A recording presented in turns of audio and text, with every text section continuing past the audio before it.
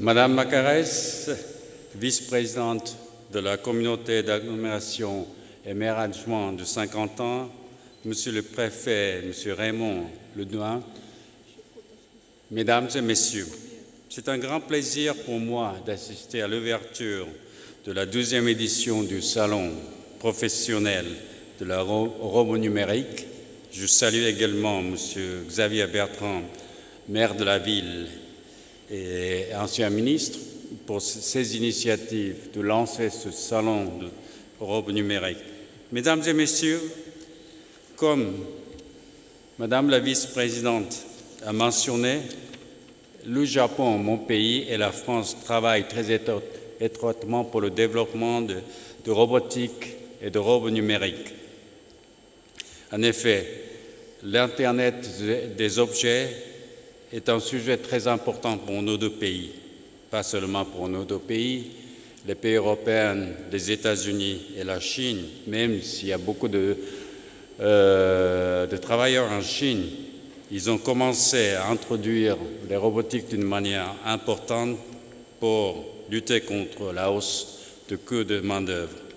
Donc, le robotique, le robot numérique est adopté partout dans le monde et je suis très fier que le Japon et la France est sur le front de ce phénomène.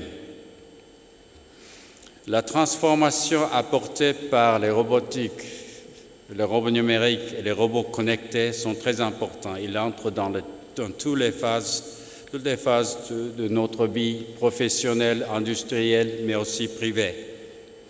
Et donc, je salue encore une fois les initiatives prises par la ville et l'agglomération de Saint-Quentin pour cette initiative de lancer ce salon dont nous assistons à la 12e édition. Comme Madame la vice-présidente a mentionné, le Japon travaille depuis longtemps, depuis des années 1980, d'être une puissance robotique importante. Il y a beaucoup de raisons, mais aussi, je citerai la raison du vieillissement de la population au Japon, où nous avons de plus en plus besoin d'aide en forme de robots, et ça, c'est un défi, c'est un challenge pour nous. Le Premier ministre japonais Shinzo Abe, quand il a fait sa visite en France officielle en 2014, en mai 2014, a lancé l'initiative de la révolution robotique. Suite à ce lancement de la révolution robotique, il a mis en place au début de cette année, en janvier, la stratégie robotique du Japon pour concrétiser ses idées de la révolution robotique. Et dans cette ligne-là, donc nous allons introduire les robotiques dans beaucoup de domaines pour aider les travailleurs, pour les usines, PME, pour les travaux agricoles, soins aux malades, réparation et vérification des infrastructures physiques vétustes, que nous en avons beaucoup. Le robot va changer drastiquement notre vie. Nous allons mettre des mesures très importantes dans les 5 ans à venir jusqu'à 2020 pour réaliser justement cette révolution robotique. Le Japon et la France font un partenariat d'exception. Et dans ce partenariat d'exception, la robotique occupe une place très importante. Votre Premier ministre, M. Manuel Valls, était au Japon il y a une dizaine de jours et a lancé l'année de l'innovation France-Japon, dans lequel ce salon s'inscrit. Et au Japon, cette année d'innovation était lancée justement en présence d'un robot Nao qui a été développé en France, et nous sommes très heureux que derrière ce robot Nao, il y a une collaboration très étroite de la société Aldébaran, une filiale française de notre groupe SoftBank. Aujourd'hui, nous allons aussi, avec disons, la collaboration entre NEDO, un organisme gouvernemental japonais qui assure la mission de pousser l'innovation, et la société Kawada Industry, la démonstration de Next Stage, qui est un bel exemple de ce que nous allons faire dans la révolution robotique. Pour terminer, j'aimerais souhaiter de nouveau un grand succès de salon et des activités très fructueuses pour vous tous dans les 2 jours à venir. Merci beaucoup.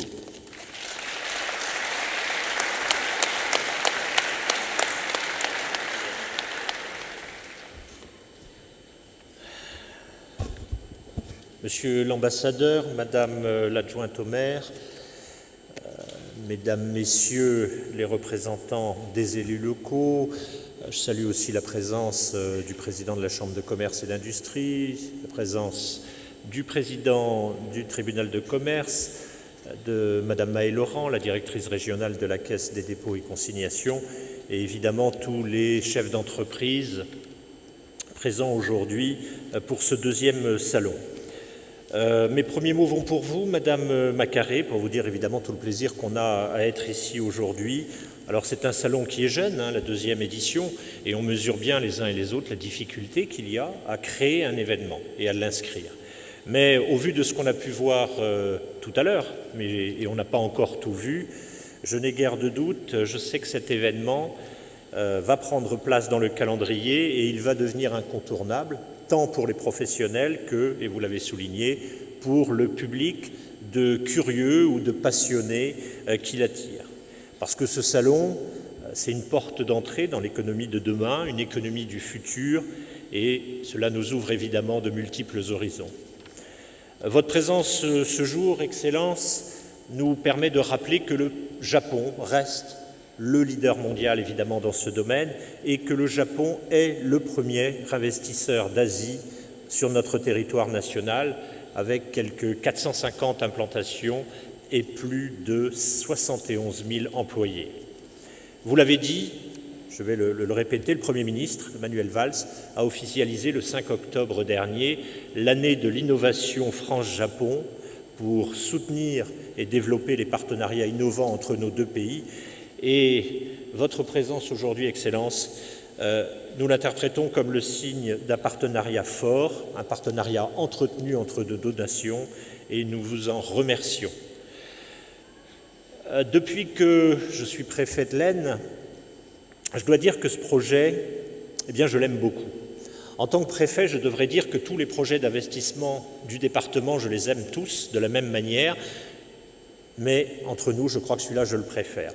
Alors pourquoi ? Parce qu'il intervient sur un domaine qui est porteur d'espoir, et aussi, je le dis à Frédéric Macaré, parce que vous avez eu l'amabilité de rappeler que l'État s'est engagé à vos côtés. Évidemment, d'abord, c'est le rôle de l'État, et surtout, je crois que nous avons été frappés par à la fois l'esprit d'entreprise, l'efficacité et la réactivité de toute cette équipe qui est autour de vous.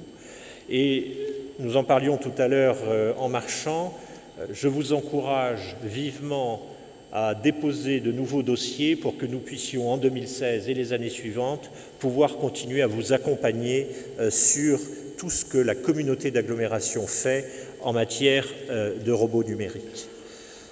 Alors, nous sommes tous conscients que nous sommes au début d'une belle aventure. Je dirais, si je devais paraphraser ce que disait François Mitterrand, je dirais vous êtes les pionniers, vous êtes au début d'une belle aventure. Pour l'instant, nous en sommes qu'aux prémices. Certes, il y a des projets éducatifs qui apparaissent, comme l'INSET avec le robot Nao, mais nous devons évidemment progresser vers un business model qu'il conviendra de pérenniser dans la durée.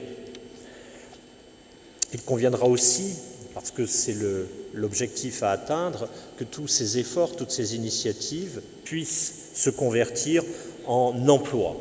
Et je pense, en disant cela, je pense évidemment à l'espace Creatis et à son incubateur de start-up. C'est donc un message fort qui est envoyé aujourd'hui par ce salon à tous ceux et à toutes celles qui veulent s'impliquer dans l'ère du numérique.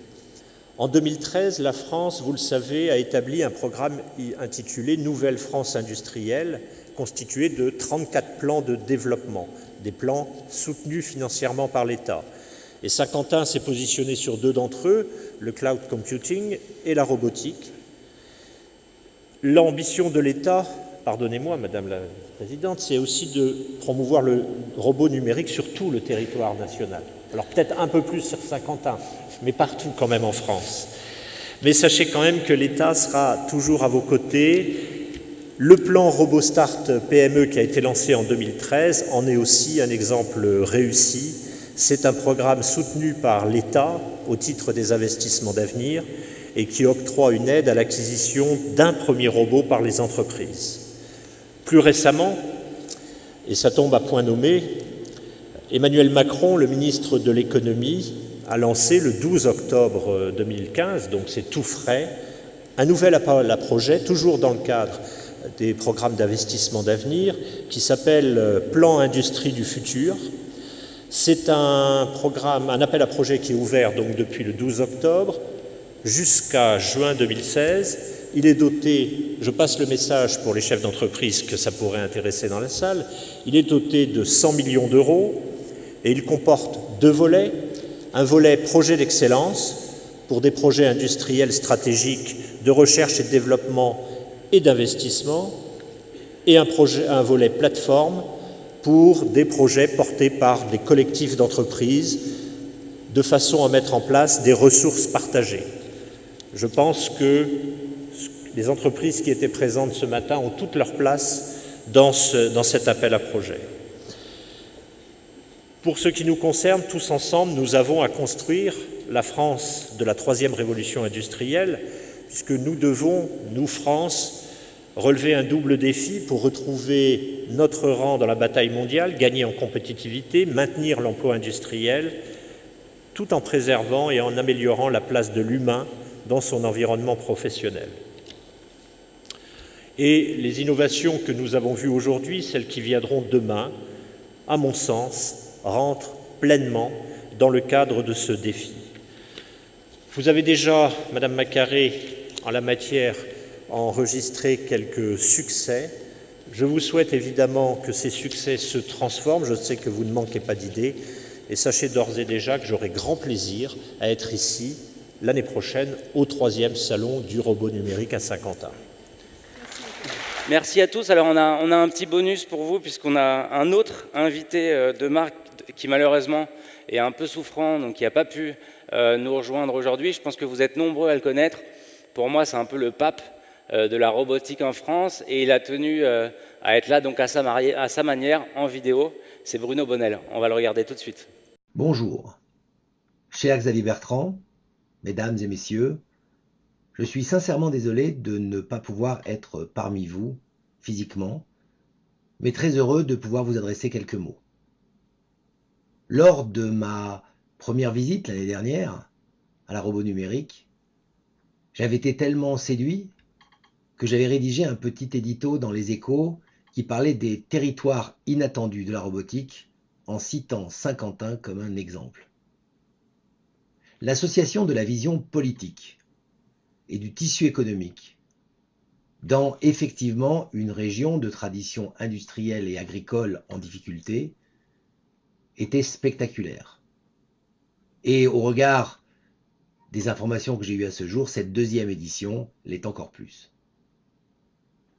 Je pense sincèrement que cette révolution digitale, qui d'abord a touché les services, qui est en train de toucher l'industrie, va permettre à nos territoires, à notre pays, de retrouver une dynamique industrielle, une dynamique d'innovation, une dynamique de conquête, bien évidemment des gains de productivité qui aideront à l'emploi et à trouver des marchés nouveaux pour notre territoire. C'est tout le pari d'opérations comme la Robo Numérique.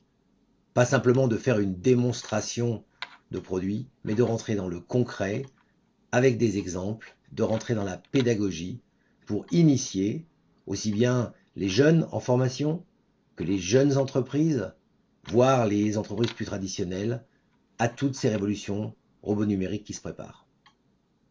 Donc Je voulais simplement tirer un grand coup de chapeau à cette initiative, vous dire que je ne manquerai pas l'année prochaine de revenir et que je serai présent avec vous d'une façon un peu originale, avec un BIM, c'est-à-dire un robot de téléprésence, que j'animerai à partir de mon bureau, ne pouvant pas me déplacer aujourd'hui.